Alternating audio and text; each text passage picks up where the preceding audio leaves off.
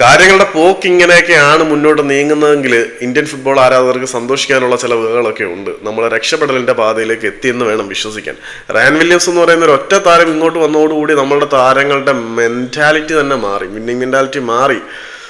ഒരു given up മെന്റാലിറ്റിയൊക്കെ എവിടെയോ പോയി. വളരെ മികച്ച പ്രകടനം കാഴ്ചവെച്ചു നമ്മളൊരു വിജയത്തിലേക്ക് നയിക്കാൻ പോലും റയാൻ വില്യംസിന് കഴിയുന്ന അവസ്ഥയിലേക്ക് കാര്യങ്ങളെത്തി. റയാൻ വില്യംസിന് പിന്നാലെ ഇപ്പോൾ മറ്റൊരു താരം കൂടി ഇന്ത്യയിലേക്ക് വരാൻ പോവുകയാണ്. ആള് ചില്ലറക്കാരനല്ല, സാക്ഷാൽ റയൽ മാഡ്രിഡിന്റെയും അയാക്സിന്റെയും ഒക്കെ ജൂനിയർ ലെവൽ കാറ്റഗറികളിൽ കളിച്ചിട്ടുള്ള ഇന്ത്യൻ വംശജനായിട്ടുള്ള അമേരിക്കൻ താരമായിട്ടുള്ള ജോഷുവ പിനാദത്താണ്.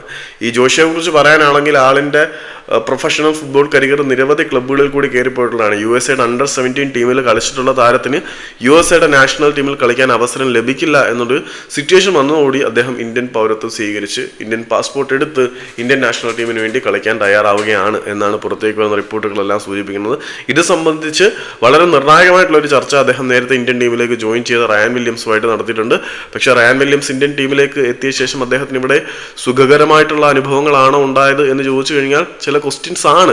പ്രതിസന്ധികളുണ്ട് എങ്കിൽ പോലും ജോഷുവയെ പോലെ ഒരു താരം റയൽ മാഡ്രിഡിന്റെ അക്കാദമി പ്ലെയർ ആണ്, അയാക്സിന്റെ അക്കാദമി പ്ലെയർ ആണ്. റിയലിനെ കുറിച്ചും അയാക്സിനെ കുറിച്ചും ഒന്നും ഞാൻ പറയേണ്ട കാര്യമില്ല. ഇതിന്റെ രണ്ടിന്റെയും പാരമ്പര്യവും തായ്വഴിയുമുള്ള ക്ലബ്ബ് താരം നിലവിൽ അദ്ദേഹം ഡച്ച് സെക്കൻഡ് ഡിവിഷനിൽ കളിച്ചുകൊണ്ടിരിക്കുകയാണ്. വളരെ വാസ്റ്റ് ആയിട്ടുള്ള എക്സ്പീരിയൻസ് 24 വയസ്സിനുള്ളിൽ തന്നെ ഉണ്ടാക്കിയ താരം ഈ 24-ാം വയസ്സിൽ ഇന്ത്യൻ നാഷണൽ ടീമിലേക്ക് വരികയാണെങ്കിൽ, നമ്മളുടെ വിങ്ങറായിട്ട് താരം കളിക്കുകയാണെങ്കിൽ ഇന്ത്യൻ ടീമിന് ഉണ്ടാകാൻ പോകുന്ന ഒരു ബൂസ്റ്റ് എന്ന് പറഞ്ഞാൽ ചെറുതൊന്നും ആയിരിക്കത്തില്ല.